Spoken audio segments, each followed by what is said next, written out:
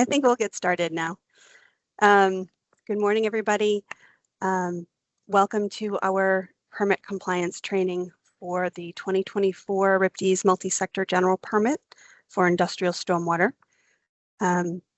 We really appreciate everybody who's attending today, and you know, your participation is important. We can't complete our goal of working toward improving water quality without all of your efforts to comply with permits. So we appreciate you being here, and we appreciate all of your efforts to comply with the permit.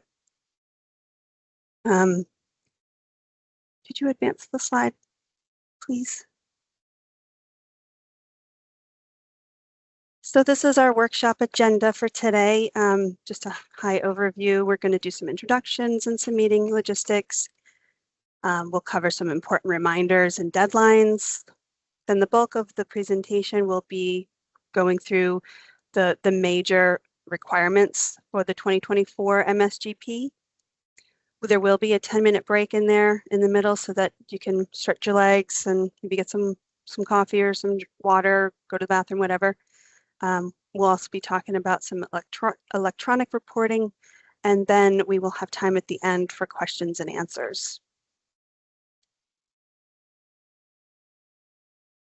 So before we get going, I want to introduce our team. My name is Jennifer Stout. I've been with the department for over 20 years. And our team is our RIPDES Municipal and Industrial Stormwater team. And we have Brian LaFale, who is our program supervisor. He's also Morning, been with everyone. Oh, yep. Hey, Brian. Brian's been with the department for over 20 years as well. And he's going to be monitoring the chat today. So while we're going through the presentation, all of your mics and your cameras will be off. And if you have any questions as we go through it, please put questions in the chat. Brian will be monitoring the chat, and we'll try to answer your questions as we go along. But then, as I said, we're going to have time at the end to cover any questions. We'll go over the things that we, addressed in the chat, and then take any questions at that time. At that time, if you want to speak, you can raise your hand and we'll unmute you, or we'll give you the option to unmute yourself, and then you can ask us questions at that time. We also have Maya Baldoff. Hi, Maya. She's going to be giving the bulk of the presentation today. She joined us. She joined the department last year as an intern, and then was hired in June as a full-time employee, and we're excited to have her with us because she's awesome. We also have Crystal Charbonneau, who is not quite on our team, but she is a very important person who supports our team. She is the electronic reporting guru, and I'm sure a lot of you have already had interactions with Crystal over the years, especially if you've, were involved with the last permit, the 2019 MSGP. She probably did a lot of outreach and helping with answering any questions that came up, and she still does. She's not with us today, but she's here in spirit. I also want to just point out on this slide, we've got our shortcut to our website, www.dem.ri.gov/MSGP. So that's a shortcut to get to, all things industrial stormwater. At the end of this presentation, so we are recording this presentation, and we will post the recording to that website at the end of this. And we will also be posting these slides. So these slides will contain links to, some of these things that are linked here, and you'll be able to get that through a PDF of these slides. We also have a group email that goes to Maya, myself, and Brian. That is listed here on this slide, dem.ripdesmsgp@dem.ri.gov, and the office phone there if you can't reach any of us directly. Down at the bottom, there's another shortcut website that will bring you to our electronic reporting part of our website. So that's RIPDES eRule /RIPDES eRule. And there's lots of frequently asked questions. So a lot of that guidance is available already on the website. So logistics, I already talked about the mics and the cameras. Use the chat for questions, and at the end, we'll be posting the recording and the slides, and during the Q&A session at the end, you can raise your hand and we'll unmute you at that time. All right, I'm going to turn my camera off just because that can be distracting sometimes, and we'll get into the presentation.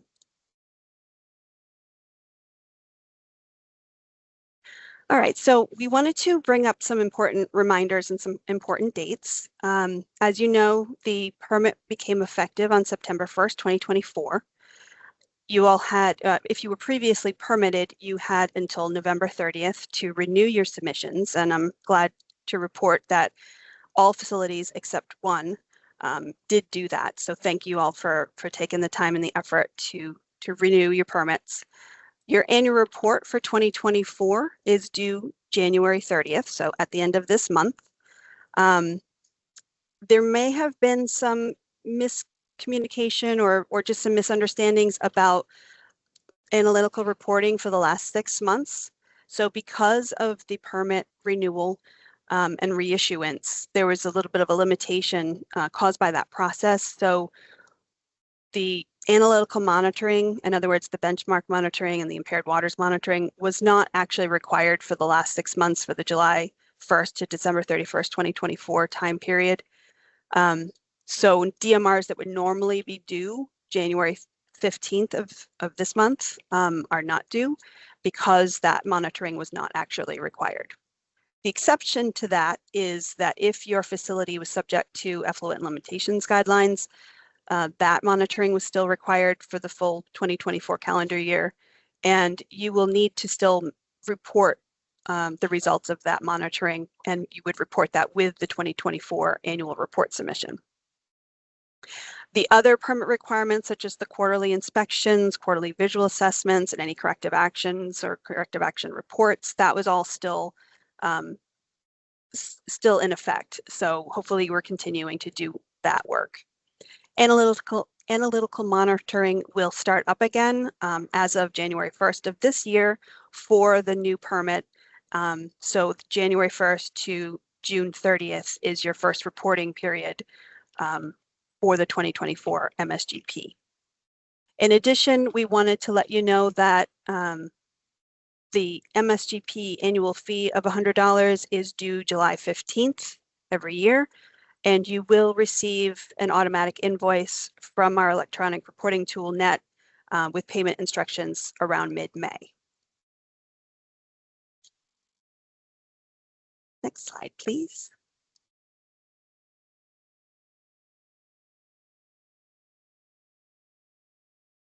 So these are the different electronic applications through NeT-MSGP, which is our electronic reporting tool.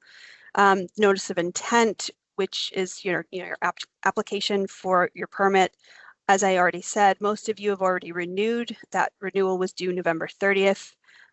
If you are representing a new facility that has not started discharging yet, you would need to submit your notice of intent electronically 60 days prior to starting your discharge. We also have two other options that kind of is an exclusion from permit compliance, and that, or not permit compliance, but for needing a permit, and that is if you have no discharge from your facility. So if you've checked out your facility and your discharge either is contained on site or maybe it discharges to a CSO, you've determined that there is no actual discharge to waters of the state from your facility, you can apply for a no discharge certification. Applying for this certification is not mandatory, but we do recommend it because it allows anyone who's asking, say like, hey, why doesn't this facility have a permit? Well, we've already established that there is no discharge. So it just sort of covers your facility. Plus, it doesn't ever expire. So once you apply for a no discharge certification, it doesn't expire. We just ask that you periodically check to make sure that that's still accurate and that your discharge doesn't actually need MSGP authorization. Another option is that if your facility has made some changes or you've moved everything indoors, all of your industrial materials and activity is undercover, is not exposed to stormwater, maybe the no exposure certification is appropriate for your facility.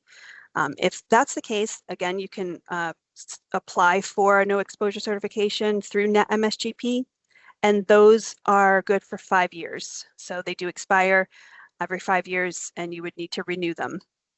You will get an automatic renewal reminder 6 months prior to your expiration date, and that's an automatic email notification from NeT-MSGP. We just wanted to point out that if you're currently permitted and you decide, we've made some changes to our facility, we've brought things indoors, we think we qualify for a no exposure certification, to make sure that you terminate your permit coverage before applying for the no exposure certification.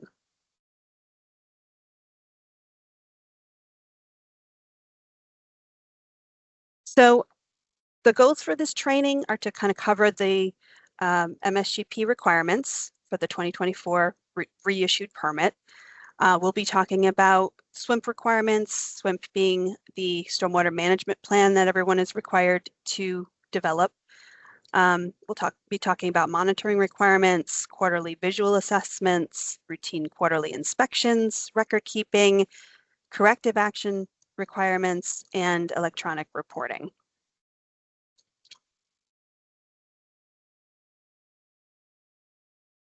So let's get into the SWMP requirements. This is in part 5 of the permit. The SWMP is required to have identified a stormwater pollution prevention team. So this would be, a person or several people who at your facility who are responsible for complying with this permit, essentially. And you would want to identify who they are and what roles they play. So whether they are doing your sampling, your monitoring, your maintenance, your reporting, whatever it is, maintenance, you should make it clear who is responsible for complying with this permit in your SWMP. That helps your facility as well as anybody else who is like, who do I contact if there's an issue? You would also want to have a site description of what your facility is doing, industrial activity, industrial materials, where they are located. You would want a site map showing where your facility is located, the receiving water bodies, any discharge points or outfalls, any sampling points or monitoring points if that is different than your outfall locations, where there might be material stored outside or industrial activities conducted, that kind of thing. We also have a receiving waters and wetlands section of the SWMP, where you would evaluate what your receiving waters are, what impaired waters, what impairments might be applicable to those waters, and then you would want to just put something in the SWMP about that. You would also want to summarize all of the potential pollutant sources. So things like, spills and salt and any activities that you're doing, materials that you're using, that kind of thing. You would want to have a description in your SWMP of your strategies that you're using to address the control measures that are outlined in part 2 of the permit, such as minimizing exposure, good housekeeping, maintenance, addressing spills and leaks, erosion sediment control, salt storage, etc. You'd also want to have schedules and procedures in your SWMP. So schedules like how frequently you're doing monitoring, how frequently you're doing sampling, how frequently you're sweeping, and then how you're doing those things, what your procedures are, what you're following for monitoring, inspections, whatever it may be. You'd also want to have an analysis of the endangered species and whether or not you're located within or near a threatened or endangered species or its habitat. And you can contact us at DEM if you have any questions on that. we can work through that with you. Your SWMP should also be consistent with any applicable state and local regulations. You should also have a copy of this permit, the 2024 MSGP, in your SWMP so that it's easily accessible. And you should ensure that whoever is signing your SWMP or any other reports are the appropriate people and meet the signatory requirements.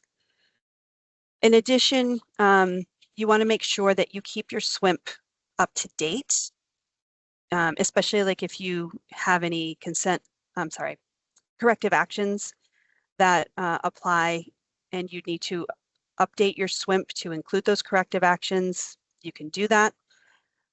Or if you've just changed something on site and you want to, update it, you would have to submit a change NOI in NeT-MSGP in order to update the SWMP. But you would want to make sure that any changes are reflected in the copy that you keep on site, which is another good point. You want to make sure that you have a current copy of your SWMP on site at all times, whether that's paper or electronic. And you would want to make sure that it's available if we had any inspectors come by, and that it includes any other records that are needed, such as records of employee training, lab reports, monitoring, inspections, visual assessments, that kind of thing. Next slide, please. So we do have a couple of new SWMP requirements in the 2024 MSGP that you may or may not be aware of. So we wanted to point them out here in our presentation. One of those is the analysis for PFAS, or per and polyfluoroalkyl substances. As we all know, that these are prevalent in our society and are everywhere. They're kind of everywhere, and they last forever. But we are asking your facilities to go ahead and do an analysis of whether or not your facility uses any materials containing PFAS or has historically used them, if they are present on site, if they are exposed to stormwater, what they are, and whether or not there are any alternatives or any mitigation measures or strategies that you can employ, whether that be a BMP or just pollution prevention strategies.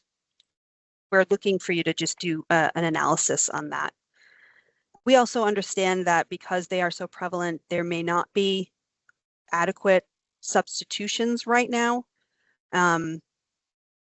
We get that, and that may be the case, but we're asking that you take into consideration, what's exposed and find ways to mitigate that exposure and reduce or minimize or eliminate those materials or this exposure that they have to stormwater. The other major new requirement is an analysis for minimizing stormwater impacts from major storm events. And we're looking for you to develop some strategies on making your site more resilient to major storms such as floods or hurricanes, or even just more intense storms that we're getting these days. Some of those strategies include, maybe temporarily storing materials above the base flood elevation. Our permit does have a method to determine what the base flood elevation is, or maybe making sure that any materials stored outside are reinforced in structures that are, can withstand flooding or withstand additional force. Maybe temporarily reducing or eliminating outdoor storage is another idea. If there's a shipment that you're expecting to get on something that would be exposed, and that a storm is coming, maybe delay that shipment until after the storm. And then also just planning for future site improvements, making sure that you're considering your risk of potential pollutants from storms, and planning for that in the future. We want to make sure that, we did notice that there were some facilities who renewed their NOI and renewed their coverage under the 2024 MSGP, but might have done that with an old SWMP. If that's the case for your facility, that means you probably have not actually addressed these requirements and any other requirements for the new permit. So we want to make sure that you go ahead and check your SWMPs, make sure that they're up to date, make sure that they are actually addressing these things. And if you need to submit a revised SWMP, you can do that with a change NOI in NeT-MSGP. So at this point, I'm going to pass it on to Maya, who is going to be talking about monitoring, inspections, and visual assessments, as well as some record keeping and corrective actions. Thanks, Maya. Thank you, Jen. So before we get into the different types of monitoring that's required under the MSGP, I just wanted to talk to you all about how to determine where to sample at your site. So the first step is identifying any outfall or discharge points at your facility. So the first kind of question there is, what do we consider an outfall or a discharge point? So it's the location where the collected stormwater is discharged from your facility into a water of the state. The next step is to determine if any of the outfall points that you identified are substantially identical. So what does that mean? A substantially identical outfall is, it just means that it's the same stormwater discharge from 2 or more outfalls. So you could take, for example, a marina. There might be multiple outfalls along the dock into a water of the state. However, the industrial activity that's occurring along the dock is the same. Therefore, the collected stormwater that discharges from each outfall along the dock is considered substantially identical. So in this case, if you have substantially identical outfalls, only one of the identical outfalls needs to be sampled. And the next step is to determine the appropriate sampling location. So under the MSGP, grab samples are required. Therefore, you must determine the best way to take a grab sample from the outfalls. And we do have guidance and videos linked on the RIDEM MSGP webpage. And at the bottom of this slide, there's an image of where, in what section on our webpage you would be able to find these videos.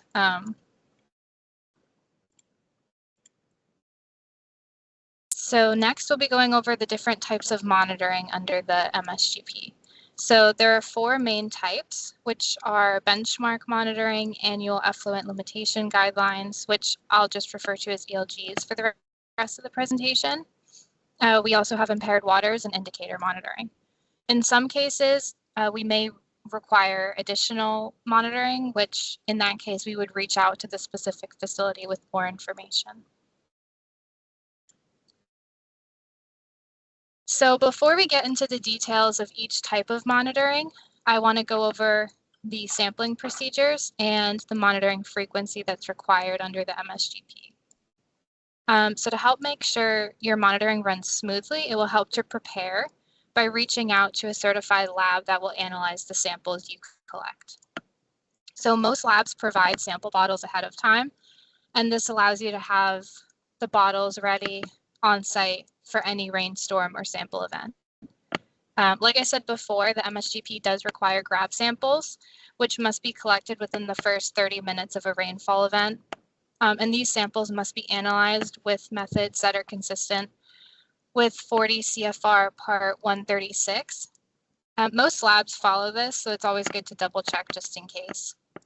Something important to note here as well is when more than one type of monitoring for the same parameter at the same outfall applies, you can use a single sample to satisfy both requirements. So that was kind of confusing for me to say, so I'm just an example to make it a little bit more clear. So take if one outfall at a facility has both benchmark and impaired waters monitoring requirements, and total phosphorus is a parameter that you have to sample for both benchmark and impaired waters monitoring. Rather than using 2 bottles at this one outfall, one testing for benchmarks and one testing for impaired waters, you would only have to use 1 bottle to take a single sample and just analyze that because the parameter you're sampling for is the same. So now let's cover the frequency of the different types of monitoring. So benchmark, impaired waters, and indicator monitoring must be performed 4 times a year, 2 times during the January 1st and June 30th monitoring period, and then another 2 times between the July 1st and December 31st monitoring period. There also must be a minimum of 30 days between each sampling event. And in addition, there has to be at least 48 hours of dry weather prior to each sampling event. However, ELG monitoring is conducted only 1 time per year, again with a minimum of 48 hours of dry weather prior to the sampling event. People are worried that they may not be able to meet these monitoring frequency requirements. So we actually did a data analysis using the precipitation data collected in the Providence area by NOAA. And we found that in 2023, Rhode Island had about 3 to 5 measurable storm events every month that were separated by 48 hours of dry period. While we recognize that each year is variable in its rainfall amount, the data does show that it is an achievable goal to meet the semi-annual monitoring requirements, and we do expect that everyone meet those requirements as well. So let's get into monitoring, benchmark monitoring specifically. So there are benchmarks that apply to all permittees, which we refer to as universal benchmarks. These are total suspended solids, or TSS, and oil and grease. So in addition, there are also sector-specific benchmarks, which are benchmark parameters specific to the industrial activity being conducted at your facility. In order to find your sector-specific benchmarks, you can refer to Part V3 of the permit and find your corresponding letter sector. Once in this section, you'll find a table that lists all the applicable sector-specific benchmarks, as you can see to the right of this slide. And some of these additional benchmarks are hardness dependent, like the metals, lead, and zinc, as shown in the table on the right. These hardness dependent parameters do require a one-time additional hardness monitoring for new permittees, which will be used to calculate the correct benchmark. So just to clarify, if you've been permitted under our permit for a little bit and you've already completed a hardness DMR, if you've had hardness dependent parameters, then it's not necessary for you to do another hardness DMR.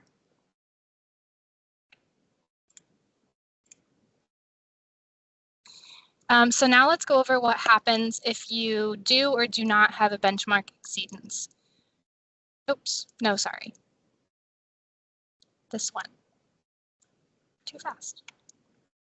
Okay, so now we're going to go over what happens if you do or do not have a benchmark exceedance. So after 1 year of samples, if the average of the 4 samples for any parameter does not exceed the defined benchmark, then the permittee may discontinue monitoring for the remainder of the permit term. Now, if you collected less than 4 samples, then you will have to continue the semi-annual benchmark monitoring. If after 1 year of samples you find that the average of the 4 samples for any parameter does exceed the defined benchmark value, then you will have triggered the need to implement corrective actions, and you have to continue semi-annual benchmark monitoring. Unless you determine that this exceedance is due to natural background sources, which, as you saw, I will go over on the next slide what that means. So if you took less than 4 samples, but the average of the samples that you did collect results in a mathematical certainty that the benchmark would have been exceeded, then you will be considered to have triggered the need for corrective actions, and then you must also continue monitoring as well. Okay, so now let's get into what we mean by natural background sources. And these are just pollutant levels that are naturally occurring in soils or groundwater. These conditions were caused by non-human or natural occurrences like wildfires or floods, and they have altered a waterway's physical, biological, and chemical makeup. So as a reminder, legacy pollutants from earlier activity on site or any run-on pollutants from neighboring sources that are not naturally occurring, we do not consider those natural background pollutants. So the next type of monitoring under the MSGP is Annual Effluent Limitation Guideline, or ELG monitoring. This type of monitoring is only applicable to the sectors you see on the slide. So I'm kind of going to breeze through this, but as a reminder, these slides will be posted to our website as soon as possible, so you will be able to reference this slide in the future.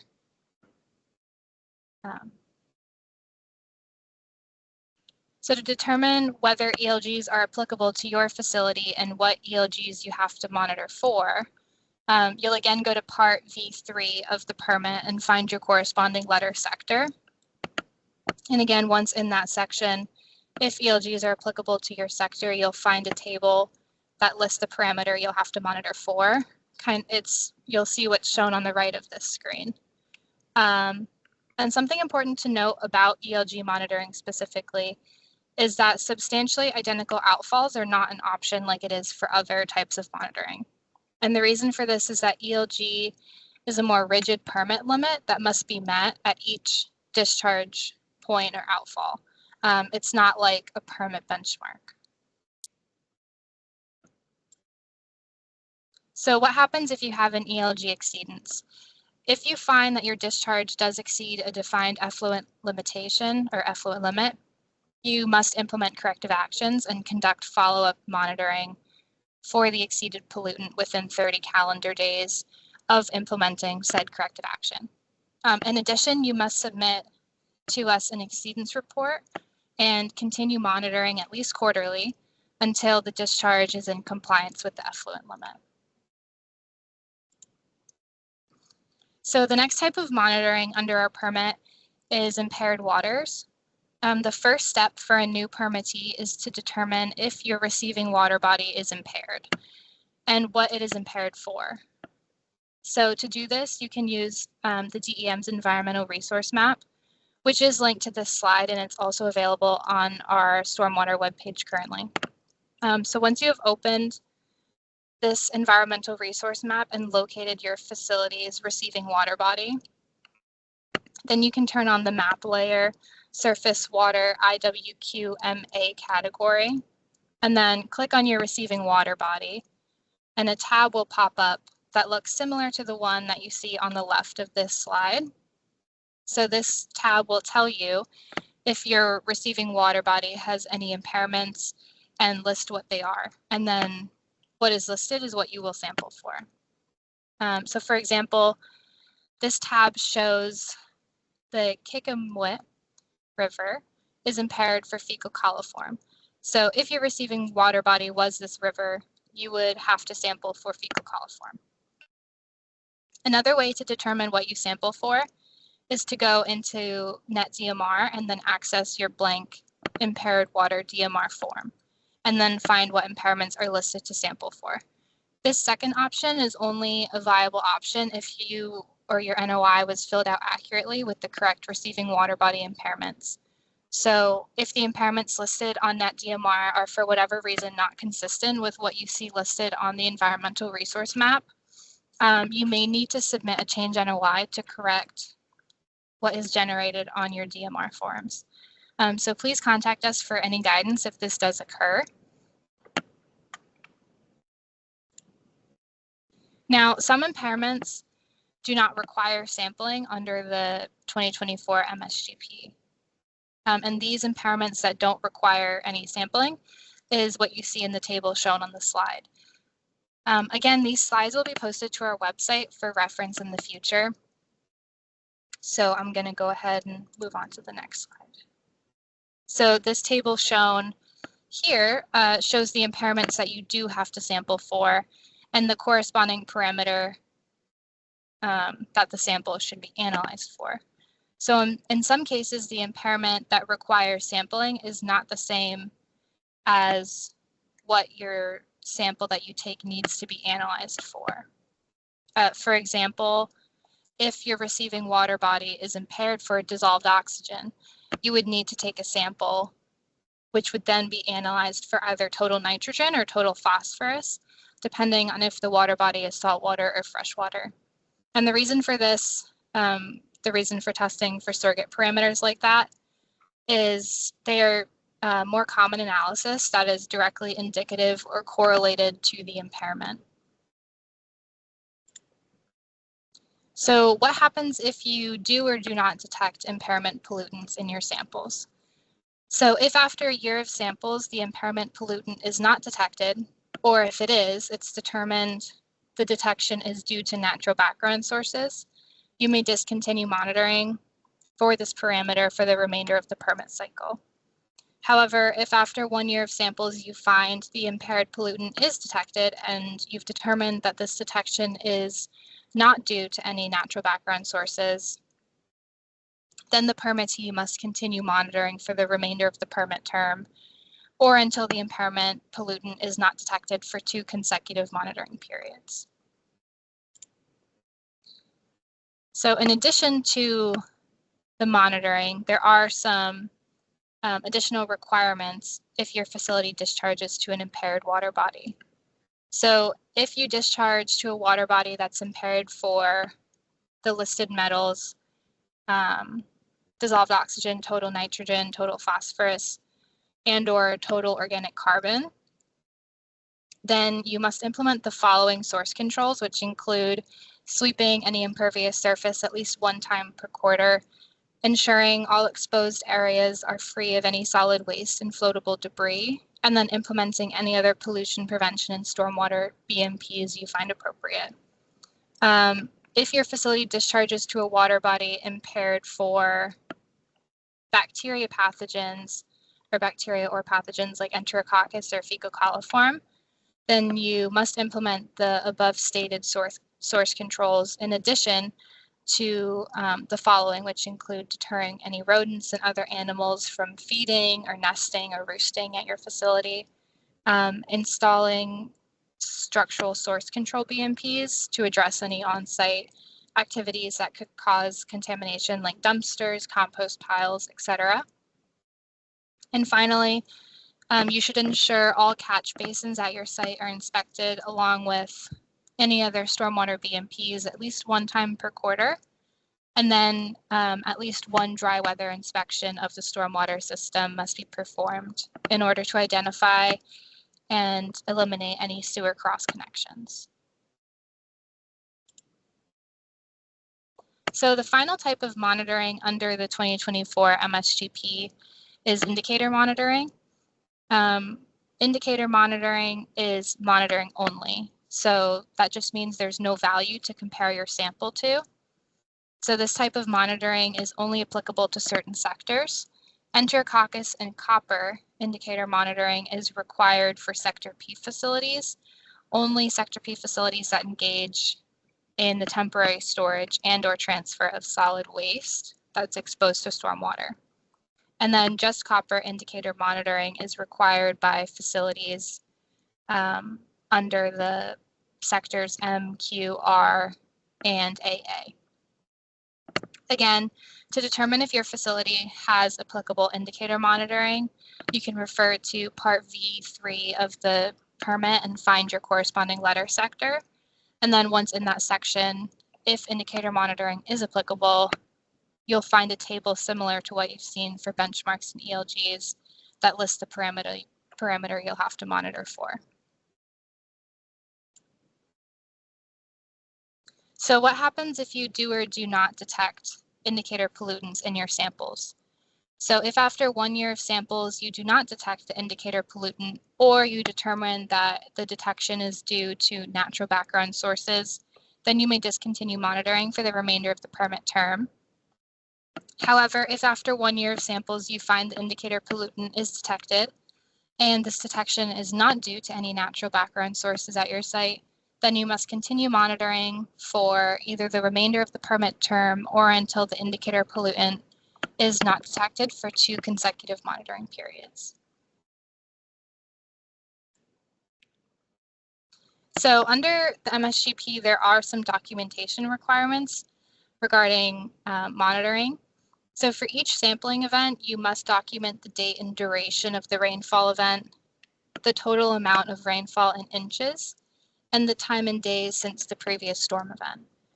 As a reminder, there must be at least 48 hours of dry weather prior to the sampling event and this documentation for monitoring must be maintained on site with your SWMP. So now we're just going to take a quick 10-minute break because that was a lot of information to process. So we'll see you back in 10 minutes. Yeah, so we'll see you back at 10:55, everybody. We are going to leave the slides up. Just go stretch your legs, get a cup of coffee, whatever it is that you want to do. We will be posting these slides and a recording of this presentation on our website. It's, you know, our www.dem.ri.gov/MSGP. So we'll see you back here at 10:55. Thanks.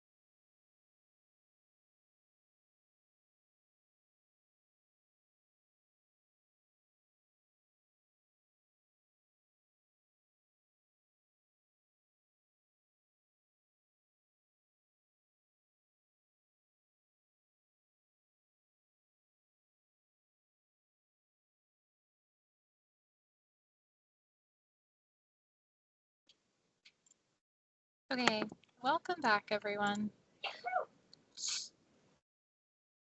So we're going to keep continuing with the presentation. So there are two types of inspections that are required under the MSGP. The first of which are quarterly visual assessments, which are required to be conducted 4 times a year, 2 times during the monitoring period from January 1st to June 30th, and then another 2 times during the monitoring period between July 1st and December 31st. Typically, these are completed at the same time as analytical monitoring to satisfy the monitoring documentation requirement and the quarterly visual assessment documentation requirement, which is how we recommend these are completed. And the visual assessment of each stormwater discharge sample must be made in a clean and clear container in order to accurately assess the sample. So what are you looking for in these assessments? You should be looking for the color, odor, clarity, any suspended solids in the sample, any foam, or other obvious indicators of stormwater pollution. And again, this documentation must be maintained on site with your SWMP. So the second type of inspections under the MSGP are routine quarterly inspections. These are different from the quarterly visual assessments because the visual assessments are observations of the discharge samples, while routine quarterly inspections are of your site itself. So when conducting a routine inspection, you should be looking for any industrial materials, residue, or trash that may have or could have come into contact with any stormwater.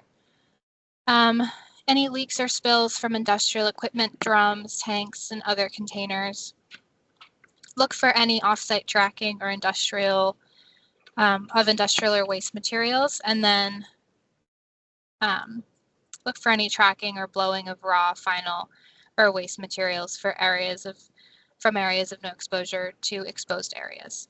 And then look for any control measures that may need replacement, maintenance, or any repair. So regarding the documentation for routine quarterly inspections, you should be documenting the date and time the inspection was conducted, the name and signature of the inspector, the weather information at the time the inspection was conducted, all observations relating to the implementation of control measures at your facility, any incidents of non-compliance that you observed, and then any additional control measures necessary to comply with permit requirements. And just like the past required documentation, these inspections must be maintained on site with your SWMP as well. So there is this amazing thing on our stormwater webpage, and it's the record keeping and reporting template available for you guys. So this contains all required documentation, and I really do think it's a helpful tool, even just to use as like a double check to make sure you're maintaining all the records that are required under the permit. We have updated the record keeping template, and this will be posted on the website in the next couple months. So if your site becomes inactive and unstaffed for whatever reason, there are some exceptions under the MSGP. So impaired waters indicator and ELG monitoring, if applicable, are still required if your facility becomes inactive and are unstaffed. However, benchmark monitoring is not required if your facility is inactive or unstaffed. In order to invoke this exception, you have to submit a change NOI in NeT-MSGP to indicate that your facility is inactive and unstaffed. Submit a signed statement to the DEM stating that your facility is inactive and unstaffed, and that there are no industrial materials exposed to stormwater, and this statement must be maintained on site with your SWMP. So regarding routine facility inspections and quarterly visual assessments, these are not required if your facility is inactive or unstaffed, as long as there are no industrial materials or activities that are exposed to stormwater. In order to invoke this exception, you must follow the same steps as before. Submit a change NOI, an assigned statement to us stating the DEM is inactive and unstaffed, and then maintain this statement on site with your SWMP.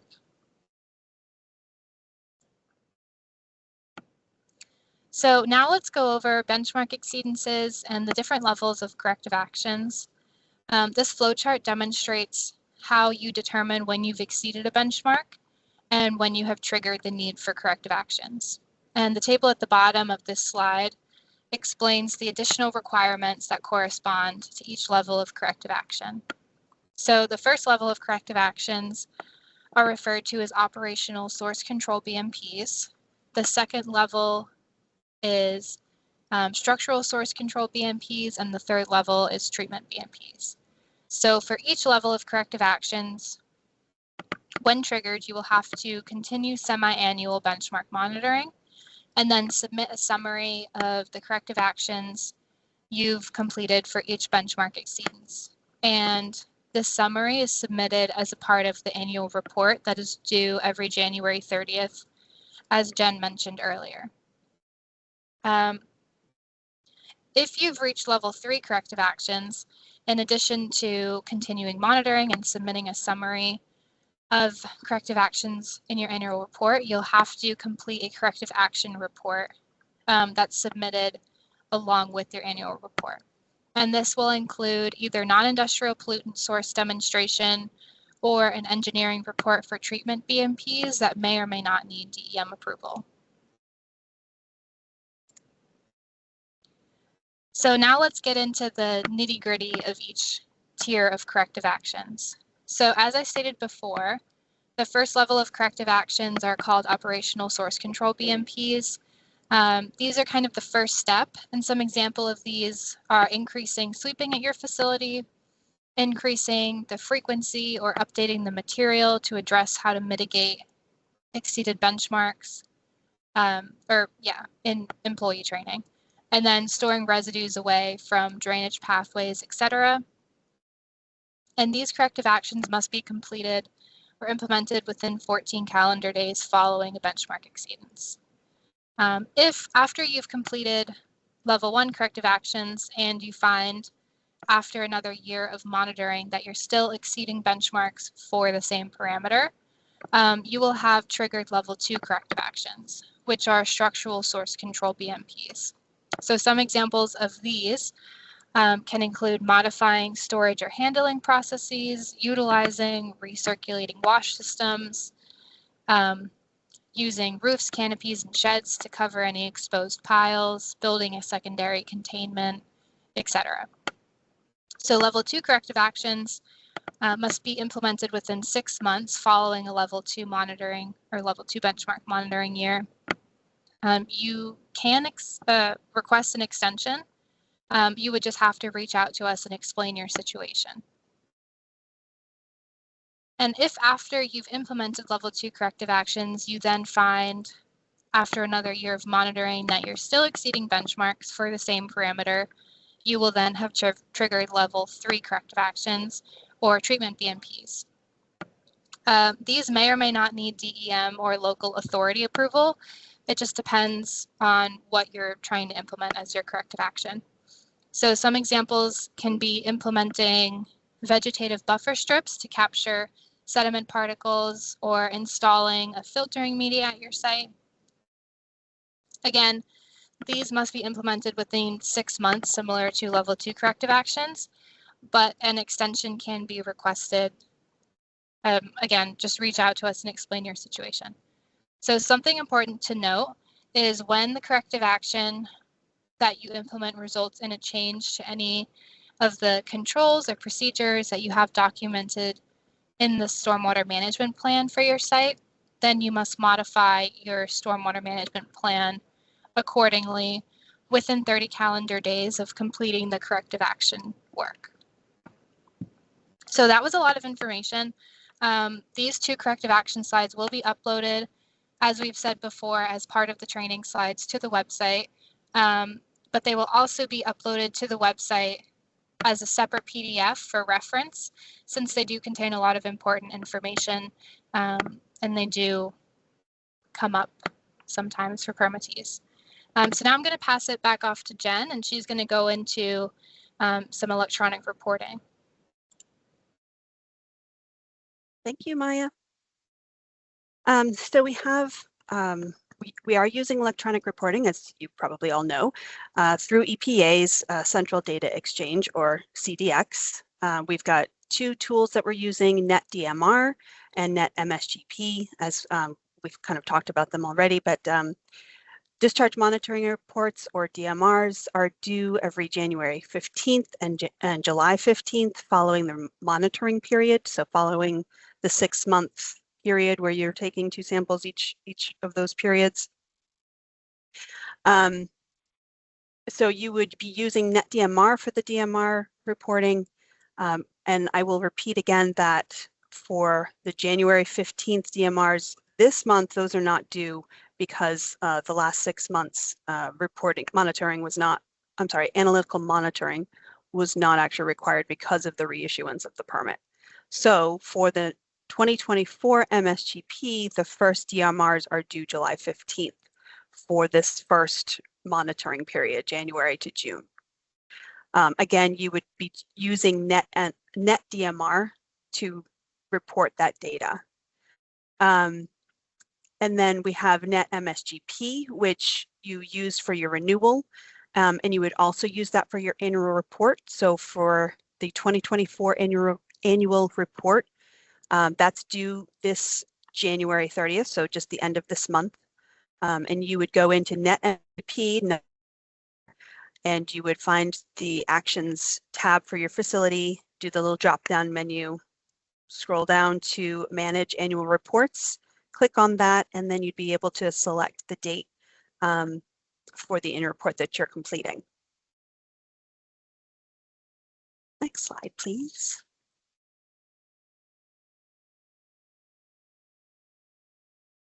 So there are a few common errors that we see for DMRs and electronic reporting. The first of those being that instead of just reporting a minimum and maximum value, you're reporting the average of the collected monitoring results. So we're asking that you do not do that. Do not report the average. Report the minimum value. So if you're taking 2 samples, one would most likely be lower than the other, and so you would report the lower one as minimum, the higher one is maximum. If you are taking more than, again, you would do the same thing, figure out which is min, which is max. Any additional samples beyond that 2, you would still need to report. You would include those in your DMR cover letter and attach it there. So it doesn't just go away, but you still need to report any additional collection samples that you've collected. If you are we're only able to collect 1 sample, you would report that 1 sample data point as the minimum, and then for the maximum, you would use a NODI code, whichever one is applicable, and I'll get to that in a second. Another common error that we see is using less than values. So sometimes if your lab report comes back and it says that it was the result was less than detect, please do not use a less than value on the DMR. Instead, just report it as 0.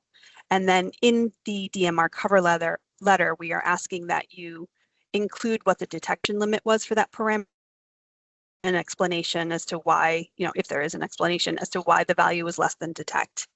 So that way, first, we can't take an average of a less than value. So the 0 is there and we can use that in our averaging, but also we need to know what the detection limit is or was, so that we get a better idea of what the discharge is representing. Another common error that we see, and I'm sorry, I just wanted to point out too that you are not required to attach lab reports, but we do encourage you to do that. It is optional. So you would attach the lab report to your DMR cover letter. Another common error that we see is not using the correct NODI code. So NODI stands for no data indicator. And that happens, if for some reason you were unable to take one of the samples that is required by the permit. You can see in this box here on the slide that there are a lot of different NOTI codes to choose from, and some of them are self-explanatory. If you have missing data, please don't leave the DMR data entry blank. Please use a NOTI code. I would say that so NOTI 2 is your operation is shut down. NOTI A is generally used if you've already completed the first year of samples and you have not exceeded, and so you've met your benchmarks, and you're authorized to have that exemption where you don't need to continue monitoring. Typically, that's when you would use NOTI A. So we wouldn't expect to see anything on NOTI A for this coming year, for 2025. We wouldn't expect to see it until 2026, assuming that you've met all your benchmarks. NOTI 9, I think in the past has been a NOTI code that we might have seen for that met benchmarks situation. But this one is really meant for individual permits that RIPTEs issues. So it doesn't really apply to the MSGP. There are some case-by-case basis situations where that might apply, and where, if you had a question, we could say, and maybe you should just use NOTI 9. Something like that an example of something like that might be like if you had DMRs that were generated incorrectly because the impairment was listed incorrectly on the NOI, or maybe it was, you said that the water body was freshwater instead of salt water, and so the incorrect DMR got automatically generated, and now you have this incorrect DMR for your facility, which you can change if you submit a change NOI and correct that data. But that's really the only time you would need to use a NOTI 9 code. NOTI C is if you have no discharge. NOTI E is if you just failed to take the sample. Maybe you waited too long, ran out of time, ran out of suitable storm events, whatever it was. That NOTI E is for that. And then also if the laboratory had an error or an invalid test, there would be a NOTI P. These two, the NOTI E and NOTI P, do generate a permit violation. So those represent a permit violation, those two NOTI codes. So make sure that if you are needing to use one of those, that you try to correct it going forward. NOTI N is if you've got a facility that like a new facility or something like that, where you've applied for the permit, but you're not quite done actually constructing your facility yet, so you actually haven't started discharging. And then NOTI T is environmental conditions monitoring not possible. So if there's your outfall is somewhere not easily accessible during a storm or something like that, and it's dangerous conditions, that might be a time when you might use NOTI T. But hopefully we've given you a lot of opportunity over the 6-month period to choose a different sampling event, if that is the case, something where it's not dangerous, and hopefully you can fix that going forward. So again, if you fail to correct missing data, it may result in formal enforcement. And also, just FYI, if you are repeatedly submitting DMRs late or not at all, that might also result in formal enforcement. Next slide, please. So we do have instructions on how to complete a DMR, discharge monitoring report, on our website. There's actually a couple different places where it's located. This slide does have 2 different links where you can find it. Keep in mind that these instructions are not solely applicable to MSGP facilities. some of the information in this document is meant for like an individual permit. So some of it may not apply to the MSGPs. Just keep that in mind. Next slide. We also wanted to make you aware of this search tool that EPA has. You can use this search tool. Anyone can use the search tool. The public can use the search tool. Anything that an MSGP facility is submitting in NeT-MSGP is available to be viewed from this EPA search tool. So even if you wanted to, maybe you're new to your facility and you wanted to see what historical documents have been submitted in the past, you can look it up, your facility, and on this search tool, and it'll find any copies of record that have been submitted through NeT-MSGP. It is all public facing.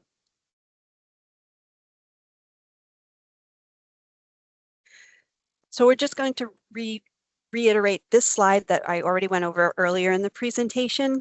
Most of you have already renewed your applications for the new MSGP. Those were due November 30th. I think out of 160 permittees, only one did not renew. So way to go. Good job, everybody. Thank you. Your annual report is due for the 2024 calendar year is due January 30th of 2025. So just at the end of this month. You are not required to do analytical monitoring for the last 6 months, for July to December 2024. But you were required to continue doing your quarterly inspections, your visual assessments, and any corrective actions, and your ELGs, if that applies to you.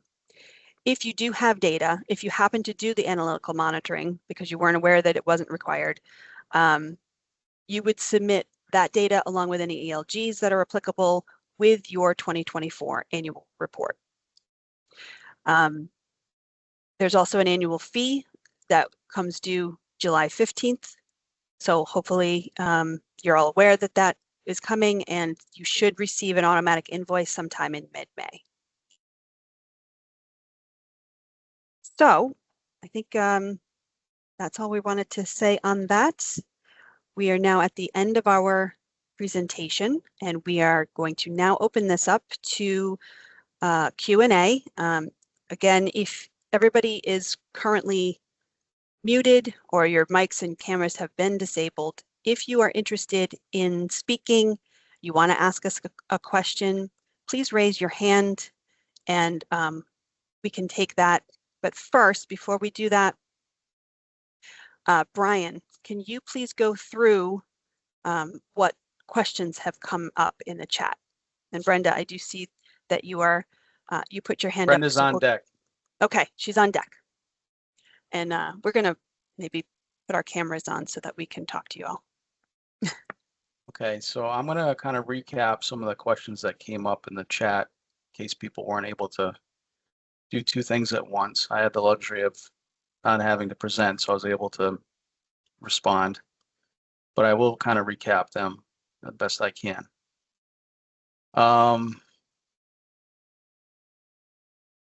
Someone mentioned, Beth, thank you for your question. You pointed out that sometimes the rainfall start time is the problem when you're trying to collect a sample within the first 30 minutes. Sometimes the rainfall doesn't begin until, overnight when people are not around, or it's dangerous or inaccessible. And she said, do you have any recommendations? And my recommendation was to try to get the sampling done as early in the monitoring period, in the 6-month monitoring, as soon as possible. So they don't run out of those opportunities that are convenient and are safe and are easily accessible for staff, and also that you can,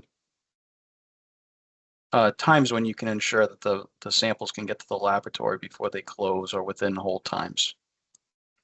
And I did also acknowledge that this is not a simple process. It's not easy to do this. You do have to plan ahead, watch the weather, watch the forecasts, and just try to be ready for those opportunities. Okay, the next question was from Chuck. He said, there are times when my outflows or discharges are below the tide level at the marina. In that event, I have to wait for the tide to recede. But we do try to get that grab sample as soon as possible in those cases. And I just mentioned in my response that the permit, and hopefully you're all looking in the chat as I'm going through these, but this came through, my answer came through at 10:43 a.m. in case you're trying to catch up to the text. But there's a section of the permit that basically allows for samples to be collected outside of the first 30 minutes. But you should be collecting them as soon as possible, and state the reason why it was not possible to take them within the first 30 minutes. Given that tidal influence, you'll have to also think about whether or not the sample might be diluted. And if the time frame gets extensive, like extends way beyond the 30 minutes, is several hours, you may want to think about another sampling time that, you know, the tide is not causing you a problem. That adds another element to the challenge. So I don't exactly know what you're going through, Chuck, because I don't have to do it myself, but I can understand that it might not be easy. So just do your best to plan ahead. Are the slides available somewhere? They are not available yet, but they will be posted on our website, dem.ri.gov/MSGP.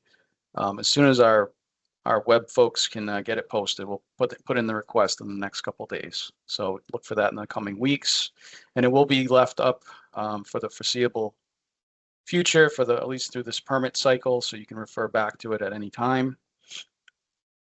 Let's see. Next question was, are hard copies of records required on site, or are electronic copies acceptable? I answered that we prefer hard copies. In a lot of cases, you have to sign your documents, such as inspection reports, with the date and time, so those should be kept. If you're going to make copies and keep them electronically, they should be scanned copies of those hard copies. Okay, next question. Chuck brought up this question about the DMRs. Just to reiterate, Jen went through this a few times, and I think Chuck has his answer, but I'll just say it again. Your DMRs should have disappeared for the second half of 2024 in NeT-DMR if you submitted your renewal application and it was approved. So you may have seen your DMRs and then they went away. If you were confused and you didn't get the instructions from us in time and you did collect samples, please report those results in the 2024 annual report as an attachment, and keep them on site with your records.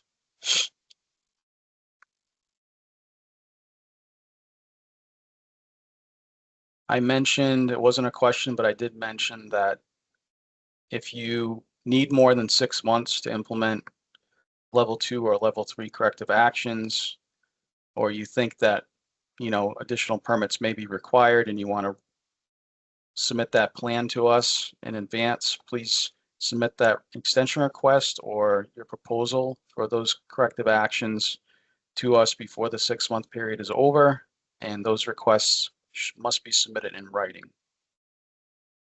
Devin, you asked some questions about how to report the 2 samples. I think I answered your question and you were satisfied. Basically, for example, the benchmark DMR, for any one 6-month period, you're going to get 1 DMR. So, but you're going to take 2 samples during that 6-month period for the benchmark parameters, and you submit those 2 results on that 1 DMR. One would be the min and one would be the max. And the min and max are listed on the DMR in case you're wondering where to put those. And if you do have specific questions about filling out a DMR, you can always reach out to us or Crystal Charbonneau, and we can help you to make sure you get that right. It is not straightforward if you're new to the process. So we won't be surprised if people have questions if they are new to it.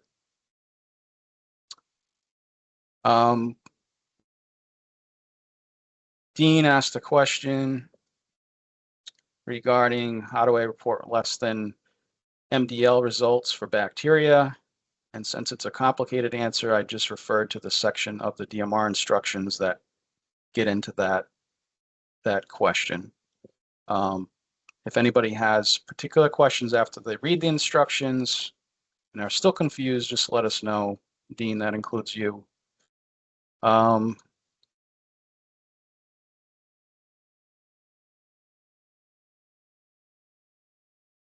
Okay. Michelle's asking a new question. Will the forms for documenting inspections be available on your website soon? Maya, do you want to jump in on that one?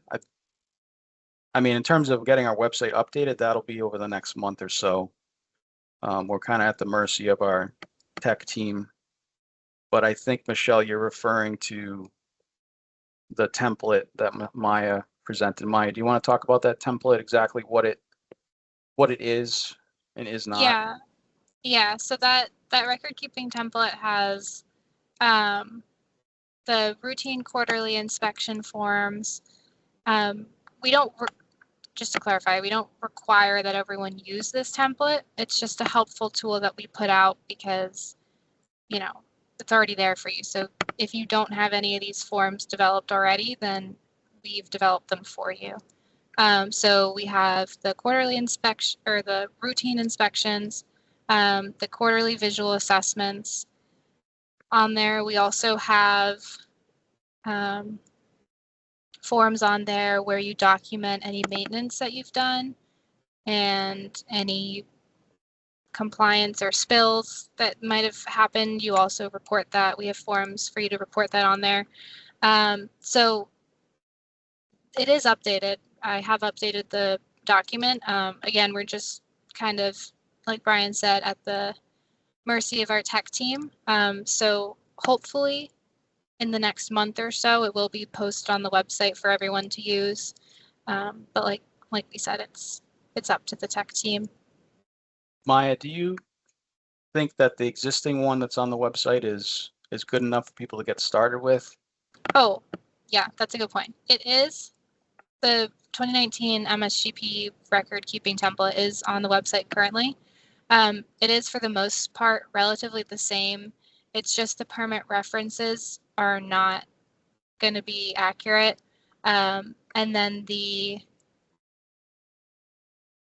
on the quarterly visual assessment reporting form, which I think also doubles as the monitoring documentation form in that template. It refers to 72 hours of dry weather required before sampling, but we've now changed that in this permit to 48 hours. So that's just something important to note. It's 48 hours of dry weather that's required prior to a sampling event. But otherwise, it's still accurate and relevant. Yeah, so my advice, thank you, Maya.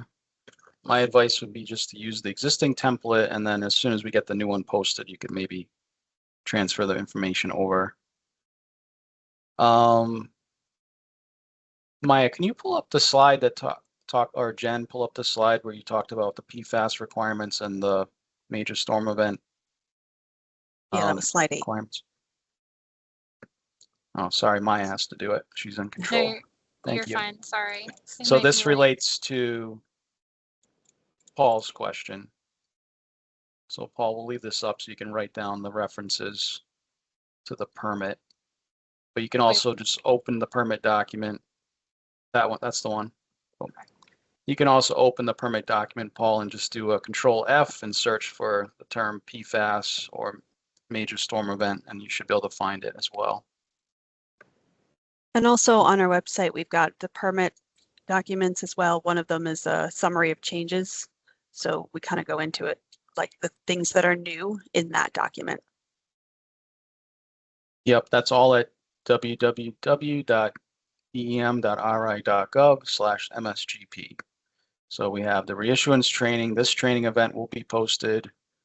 Frequently asked questions, some templates. We have those videos on, how to collect a grab sample, identifying monitoring locations.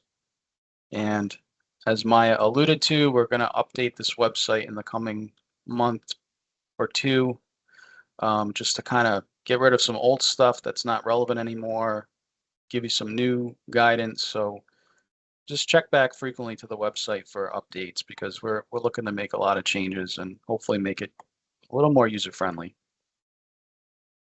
And if you have any feedback as to what you'd like to see on the website, you can reach out to us at our general information email address, and we definitely welcome the feedback, or if you have it now, you can let us know. Okay, I don't want to leave Brenda hanging too much Yeah. longer. So Brenda, I have Yes, sorry, Brenda. I have enabled your mic so you can unmute yourself and ask your question. Thank you. I just had a little trouble with chat for some reason today. My question is, my particular facility in the last year and a half has been struggling with enterococci and fecal coliform. And I believe it's linked to, we've also had the hotel for dogs moved in 50 feet from my storm portal, from my stormwater drain. And I was that would not be considered naturally occurring background, but I'm not sure how to address it.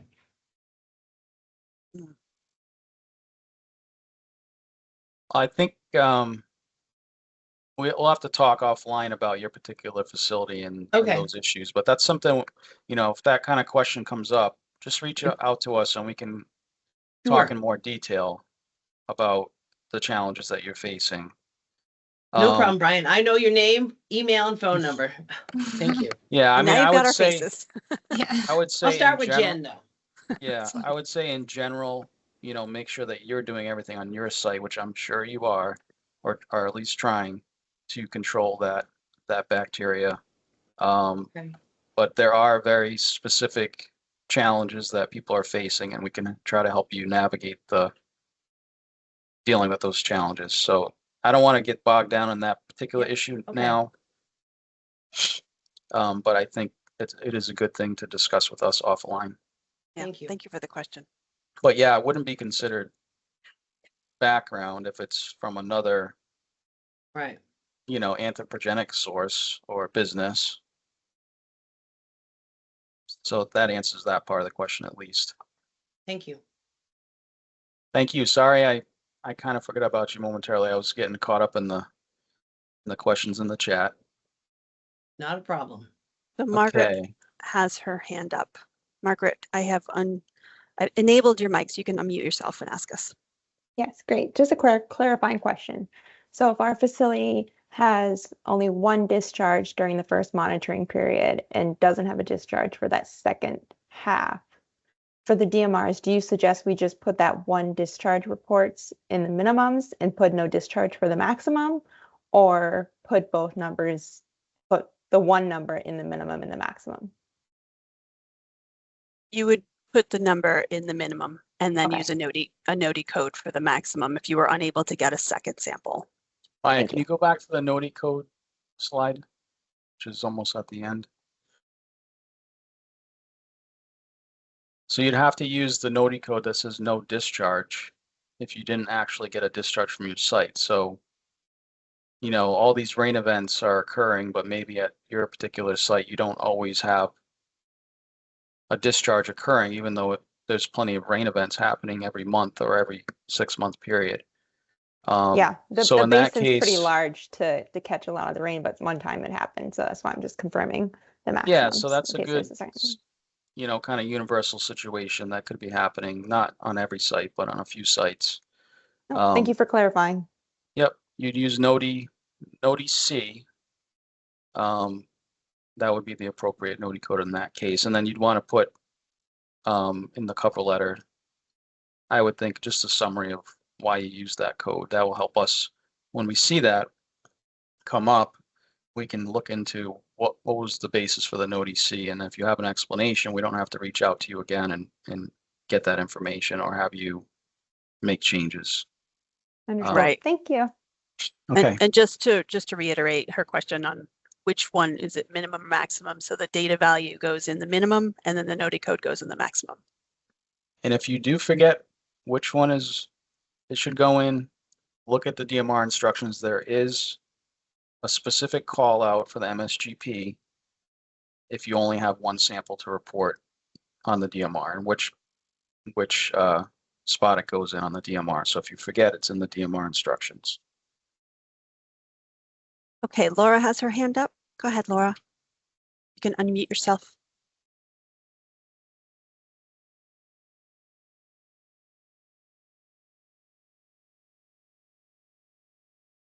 You have to actually unmute yourself. Oh, she took her hand out. Maybe she doesn't have a question. Okay. Oh. Laura, you should be able to unmute yourself.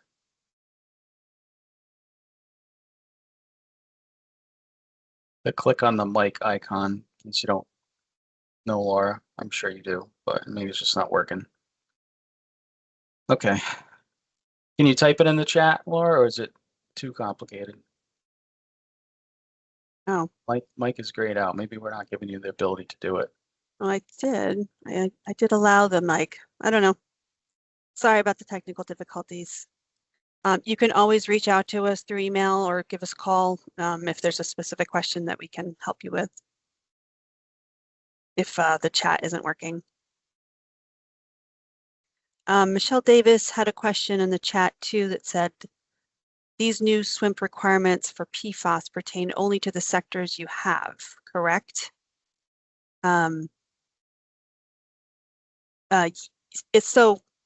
It could be anything, any of your industrial facilities, whatever the sector is, you may or may not be using PFAS in any of your industrial activities. So we're looking for you to do an assessment of what you're actually using that may contain PFAS.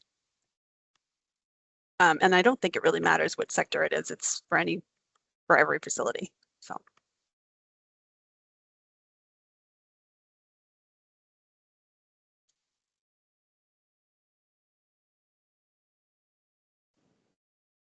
I think, sorry, just to clarify, I think Michelle's talking about what if like PFAS may be present at a site or at their site, but it's not the part of the site that's involved in the industrial activity. So I think in that case, I had recommended to Michelle in the past to mention that there is a presence of PFAS, which I think is being addressed under a different permit, or I don't entirely remember, but just mention it in your SWMP that there are PFAS present and it's being addressed in a different way, but it's not applicable to your industrial activity. Gotcha. Yes, it's a known Superfund site. So. Okay, that's a very important point to make. Thank you. Okay, so Laura's question, if the laboratory is closed or hold times will be exceeded, but there were rain events, for example, a sample could not be collected, which NOTI code should be used? You would use NOTI code E, failed to sample, required analysis not conducted. But as Jen mentioned, that would be failure to report the NOTI code correctly would be a violation. So you have to report it as an E. But not taking a sample as required and not taking samples repeatedly will result in enforcement. So as I said, try to take your samples as early in the monitoring period as possible, so that you don't run into that situation where you aren't able to take a sample at a time when the lab can support your sample analysis in the appropriate time frames. It's definitely challenging if you have an issue,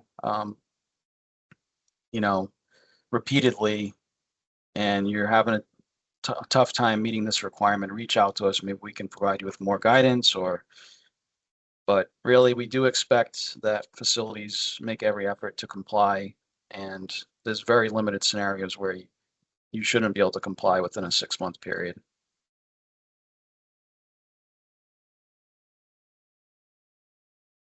Okay. Any other questions, either through the chat or raising hands?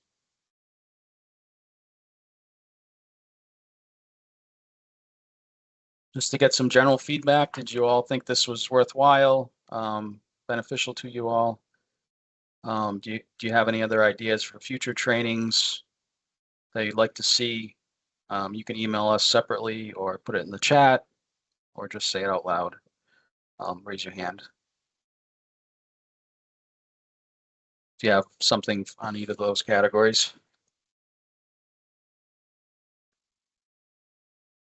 So as Jen said, we can't meet our DEM goal of, improving water quality without your help. That's why we did this training. We want to make sure that you are successful, that you have the information you need. We understand that it is very complicated to comply with the permit, especially if you're not an environmental person. You have multiple roles at the facility. Maybe you run a marina, and that's, your main goal is to run that marina, and you have to comply with this permit also. So we wanted to provide this training so that we could help you comply, get you the right information. And also, if you have questions going forward, we are available to answer those questions.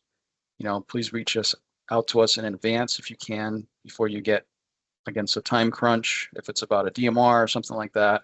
But we're here to help you so that you can be successful, so that we can meet our mission. So thank you all for attending, and we really appreciate it.